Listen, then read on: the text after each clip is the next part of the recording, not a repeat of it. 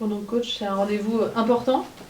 Demain, Est-ce que c'est un match qui a compté double, peut-être triple dans cette fin de saison avec cet adversaire qui est forcément un concurrent très direct au classement et à la montée?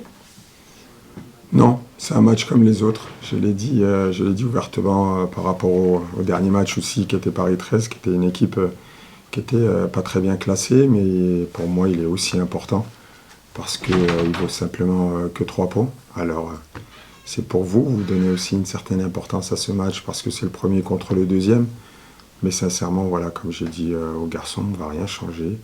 Et aujourd'hui, on a envie de continuer, mais alors après, on sait très bien, il y a un très bel adversaire qui nous a fait mal aussi au match aller. On ne peut pas le nier. Mais à nous, je le répète, de continuer sur cette spirale positive. On pose la question justement à Nicolas juste avant. Il vous a fait mal au match aller, pardon. Est-ce que vous servez de ce levier aussi là pour peut-être renforcer la motivation? Il y a un esprit un peu revanchard aussi d'aller jouer là à Nancy. On se souvient que vraiment au mois de novembre, ça avait été un moment difficile, on va dire, de cette première partie de saison, cette défaite contre Nancy, plus qu'une autre. Ouais, elle a été difficile parce que quand vous perdez 4-0 à domicile, c'est toujours difficile. Après, j'avais dit au match aller, cette équipe, elle avait été chirurgicale, elle avait été très efficace. Au contraire de nous, à nous de faire beaucoup mieux. Après, vous savez, dans le football, il y a pas de revanche. Il y a simplement un match qui arrive, un match qui est beau à jouer. Il y aura du monde au stade, donc je leur ai dit, voilà, on fait ce métier pour ça aussi, pour avoir du monde dans les stades. Et puis jouer aujourd'hui face à une équipe du haut du tableau, c'est fantastique. Donc à nous de répondre présent sur ce match.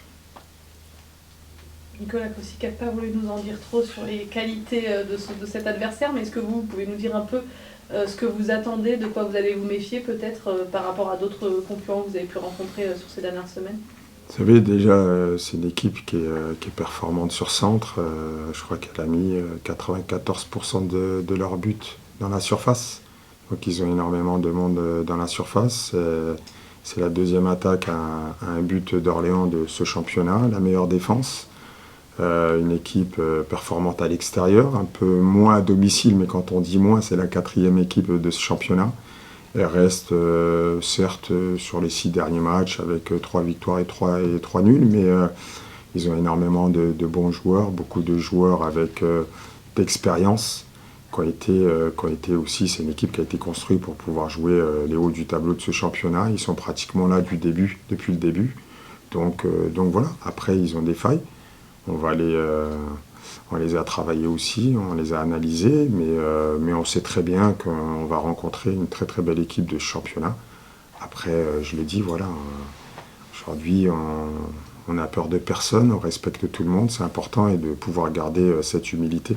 Vous l'avez très très bien dit tout à l'heure, au mois de novembre quand ils viennent gagner ici, ça nous a fait très mal, il ne faut pas oublier. Aujourd'hui on est beaucoup mieux, mais sincèrement, voilà, je le répète et je ne veux pas faire de langue de bois. Derrière, peu importe le résultat, il restera 7 matchs et énormément de championnats encore derrière nous. Donc voilà, il n'y a pas l'équipe qui gagnera ce match, elle ne sera pas sûre de monter. Vous constatez qu'il y a plus de monde en salle de presse. Vous entendez certainement aussi le jogger là, qui passait tout à l'heure, qui parle de Ligue 2 spontanément. Est-ce que vous ressentez justement une ambiance particulière autour du club actuellement? Je ne la ressens pas au sein du club, il y a beaucoup de sérénité, beaucoup de tranquillité. Même dans les bureaux, c'est une certitude. Aujourd'hui, je l'ai dit ouvertement à mes garçons, je leur ai dit, voilà, aujourd'hui, laissez le public rêver, laissez les supporters rêver, mais nous, on n'est pas là pour rêver. Voilà. Après, le jogger est passé tout à l'heure, on entend souvent, voilà, certaines personnes, on sait très bien ce qu'ils veulent. Après, on ne va pas se le nier, c'est très difficile. Et je le répète, j'aurais peut-être un autre discours à 2 ou 3 journées de la fin, mais aujourd'hui, c'est beaucoup trop tôt. Et de pouvoir parler autre chose que le prochain match et l'importance du prochain match. Mais ça vous nourrit tout de même un peu? Vous savez, on est des compétiteurs. On est des compétiteurs et on veut gagner tous les matchs. On en a gagné 5 d'affilée. Aujourd'hui, on va en gagner 7, on va en gagner 8, on va en gagner 9. Et si on perd, il va falloir réenclencher une spirale positive. Voilà, on est des compétiteurs. Et ce que je leur inculque aussi à l'entraînement, d'être des compétiteurs, de vouloir gagner un simple match d'entraînement ou une simple partie de pétanque.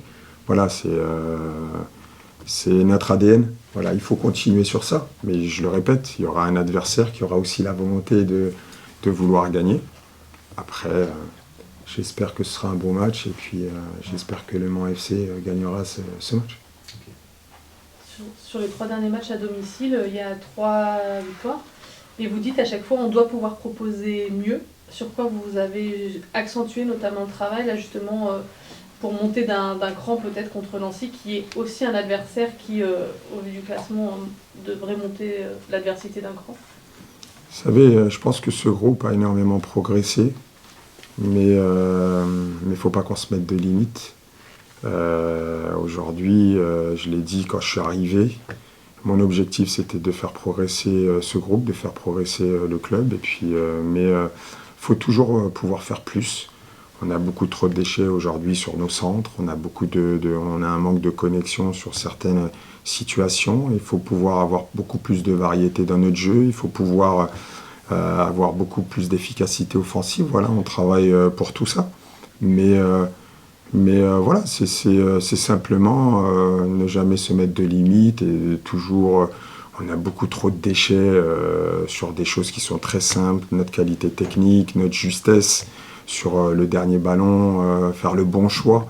Voilà, c'est là où on doit progresser et d'être chirurgical. Mais après, je le répète, c'est un groupe qui progresse, c'est un groupe qui aujourd'hui sont très attentifs, ils ont envie aussi de vouloir continuer sur cette spirale. Donc voilà, ils sont dans un très très bon état d'esprit. Vous parlez de progrès, il y a aussi des progrès défensifs avec un seul but encaissé en 6 matchs, sur penalty qui plus est. Vous pouvez nous dire dans quel domaine défensivement vous avez vraiment bien progressé? Qu'est-ce qui marche peut-être mieux en ce moment? On ne va pas tout dévoiler, mais il y a eu sur ce début de championnat, je crois que sur les 4 premières journées, je crois qu'on prend un but où on était très solide, mais on avait du mal à se créer des occasions. Donc il a fallu trouver un juste milieu. Donc après, on s'est un peu plus ouvert et on prenait beaucoup plus de buts. Alors certes, on en marquait. Et puis, je pense qu'il fallait trouver le juste milieu. Je trouve qu'on l'a trouvé. Après, c'est leur faire comprendre aujourd'hui aussi que c'est des défenseurs. Il faut qu'ils aiment défendre. Aujourd'hui, ils ont envie d'avoir une certaine solidité. Et puis, c'est surtout un bloc équipe. Voilà, je le dis souvent, nos attaquants font énormément d'efforts aussi par rapport à des replis défensifs, par rapport à des réactions à la perte, par rapport à tout ce qui est défensivement. Donc, je pense que c'est plus... il y a eu une prise de conscience collective. Voilà, c'est plus par rapport à ça. Alors, après, bien sûr qu'on a travaillé certaines choses par rapport à notre animation, mais c'est vraiment une prise de conscience collective. Excusez-moi de la question, mais est-ce qu'un match nul à Nancy serait un bon résultat à vos yeux? Même si Nancy fait très peu de matchs nuls. J'ai regardé sur le 9 dernier, il n'y en a pas un seul. Non, ouais, c'est parce que c'est une équipe aujourd'hui qui soit souvent elle gagne, soit elle perd, mais après, vous savez, je ne me pose pas cette question. Sincèrement, je n'ai pas envie de me la poser. Après, des fois, vous savez, il y a des très bons nuls, des fois, il y a des mauvais nuls par rapport aux circonstances du match. Mais sincèrement, voilà. J'ai d'autres questions que je me pose, mais celles-ci, je les laisse pour vous. Vous pourriez développer celles que vous vous posez? Je m'en pose tellement. Vous savez, les nuits sont courtes. Je parle beaucoup la nuit. Ma femme, elle me dit ça. Elle me dit, je sais pas, tu racontes des choses qui sont bizarres, des 4-4-2, des 3-5. Mais voilà, c'est... Et à quel genre de match vous attendez-vous? Je pense qu'il y aura déjà beaucoup de monde. Donc voilà, on sait que c'est une équipe qui sortait de défaites avant leur victoire à domicile contre Quevilly. Donc je pense qu'il y a beaucoup d'attentes aussi autour de ce club. Donc sincèrement, la pression elle est de leur côté, sincèrement.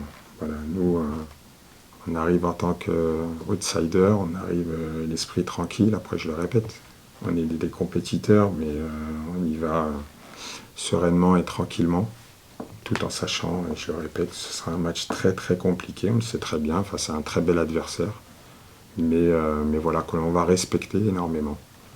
Après, ça reste un match de football et beaucoup de plaisir. Vous connaissez un peu l'entraîneur de Nancy, Pablo Correa? C'est une question, je ne sais pas si vous connaissez. Je le connais sans plus, voilà, je le connais.